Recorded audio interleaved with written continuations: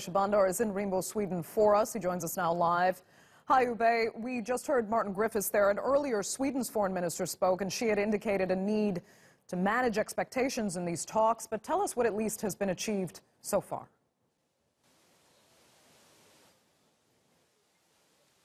Well, so far the fact that both sides of these warring factions are willing to come together under the auspices of the United Nations here in neutral Sweden is a very important first step. It's the first time that this is happening in 2 years. And of course, we are a long ways away here in the Swedish countryside from the mountains and desert battlefield of Yemen in a war that's ravaged that country. So hopes all around by the United Nations and by both the government side and the Houthi insurgents that these talks could at least pave the way forward for what could be a foundation for peace talks between both sides. So expectations are, we're being told to manage these expectations. And here more to tell us about what we can expect is Yemeni expert and an award-winning Yemeni journalist, Afrah Nasser. Afrah, what can possibly come out from these talks? Do you think both sides are willing to negotiate?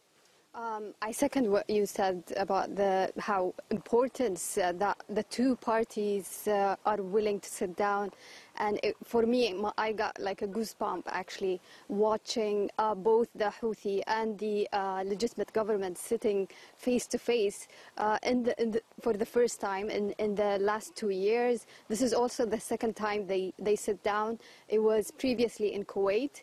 And you have to remember that Kuwait and Sweden are regarded somehow like or respected by the warring parties because they're both like not involved in the conflict and they respect human rights. So it's a very, very important to have this environment. So it's very, very crucial to have this opportunity and come out at least, if not any political plan or any peace plan, but at least to achieve some of the basic goals, and that is ceasefire and opening Sana'a airport. Do you think the Houthi militants would be willing to make these concessions that the government side is asking?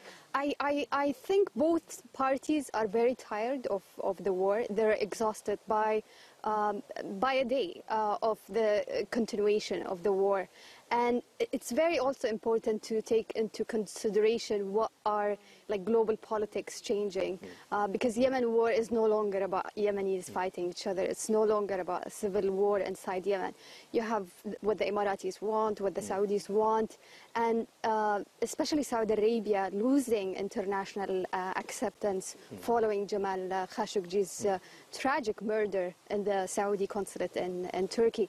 I think there is an international pressure on Saudi Arabia, and they are willing to accept these talks or welcome these talks because they really have to save some face in face of the international pressure and the condemnation because of the outrageous murder of the Saudi journalist. Thank you so much for that, Afrah. Well, there you have it, Andre. The whole world's eyes are going to be trained on this building behind us as the two sides in the Yemen civil war sit down for the first time in years to talk and set a pathway for peace as the Yemeni people continue to suffer a terrible war that's put the country on the fringe of famine. Okay. Oubai Shahbandar joining us live.